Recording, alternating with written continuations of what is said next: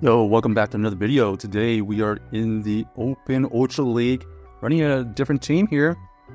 You're going to be featuring the Skeledirge with double counter users in the bag, Poliwrath and Annihilape. Our opponent has the Registeel here, switches into the Cresselia and decides to quit. So GG's to our opponent. They most likely did not have the Future Sight Cresselia, so we were going to be able to hard counter their Reggie and that Cresselia right there. Clearly, the Skeledirge was a core breaker. Next game, let's see what we find. We got the Nidoqueen versus the Skeledirge. Going to be dependent on the shield situations. Our opponent ends up switching out into the Scrafty. Scrafty here has kind of fell off a little bit. Still usable, but because of the prevalence of Annihilape and Poliwrath, you don't really see a lot of Scrafties anymore. So we're going to go into our Annihilape, able to resist the counters that the Scrafties are throwing and only taking some neutral foul plays. Here we're going to be able to farm down. We're going to see the Nidoqueen back. So far the team my opponent has makes sense. A poison protecting the fighter, and we're going to get farmed down there. We're going to go right back into our Skeledirge. Potential earth power here. We do tank it. Now our opponent ends up switching into the Umbreon, and this has just gone from bad to worse for them. We are going to be able to counter this Umbreon all the way, and they do decide to go for the last resort, so now we know they do not have the Psychic, and that's just going to be even more beneficial to us. Umbreon is quite tanky in Ultra League. This is looking like the 100% Umbreon here. They're going to go for another last resort, but because we threw the Icy Wind, it is already debuffed. Going for another Icy Wind here. Able to probably get a little bit extra farm. Yeah, we don't quite KO this Umbreon with that Icy Wind, but we know that this last resort or foul play that they throw is not going to be a lot of damage. We're going to be able to get to another Icy Wind here. This is going to debuff their fast moves and their attacks, but they invest the shield right here. Do we get to another Icy Wind? Close, but they know that it is GG's, so big gains to our opponent, able to win with the double fighters in the back right there. Next, let's see what we find.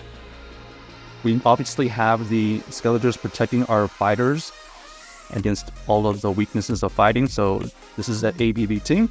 Got a great lead here with the Venusaur in the front. They decide to switch out into the Poliwrath. Poliwrath, pretty useful in Ultra League, but the Annihilape is going to be able to match and pretty much take out this Poliwrath if they decide to let that go. Okay, good shield by my opponent. Ends up shielding the Shadow Ball. So far, we are just chunking most of the damage here with our fast moves. We're going to just apply the full pressure here. Going to go for another Shadow Ball. This is going to get the second shield for the KO.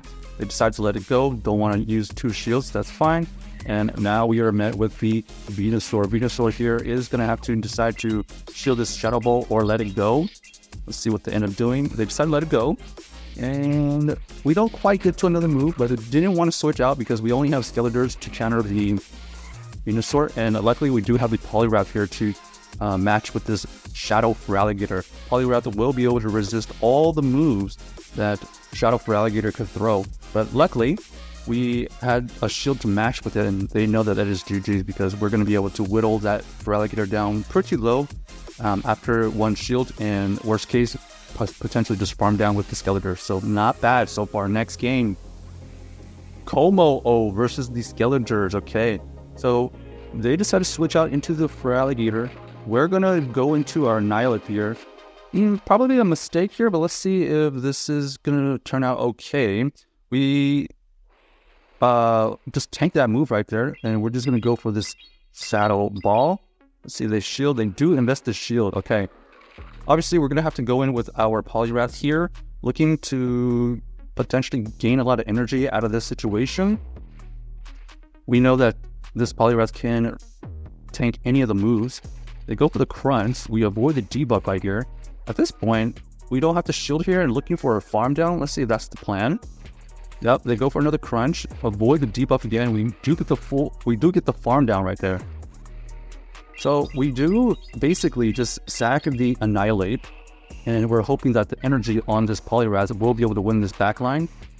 Our opponent here ends up having the Lantern. Okay, Lantern here is going to be tough to beat. We go for the Shadow Ball right there to get this last shield.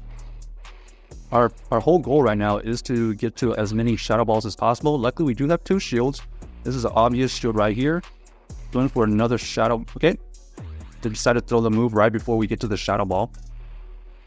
And we're close to 2 Shadow Balls. Does 2 Shadow Balls take out a Ultra League Lantern? Looks like it does. No, it looks like we need a Shadow Ball and a Disarming Voice. It does take out the Lantern, but unfortunately this Poliwrath was not at the Icy Wind, so they were able to throw that Dragon Claw right here. And unfortunately for us, Como-O is going to be able to get to another move to take out this Skeledirge. So GG's to our opponent. Close. Made it close, but maybe we should have gone in with our Poliwrath into that Feraligator. But they did have double waters in the back, so hindsight is 2020. I was just trying to get the Annihilape out of the way of the Como-O. Okay, we got the Mirror Skeledirge here. Always weird situation, but it depends on shields, depending on who wants to catch what moves. Okay, so they revealed that they have the Tentacruel in the back. Tentacruel actually pretty decent against our team here, but this Skeledirge has ramped up energy, so we're just going to invest all this energy into this matchup here. Okay, it looks like we're going to invest a shield here. They go for the Skull.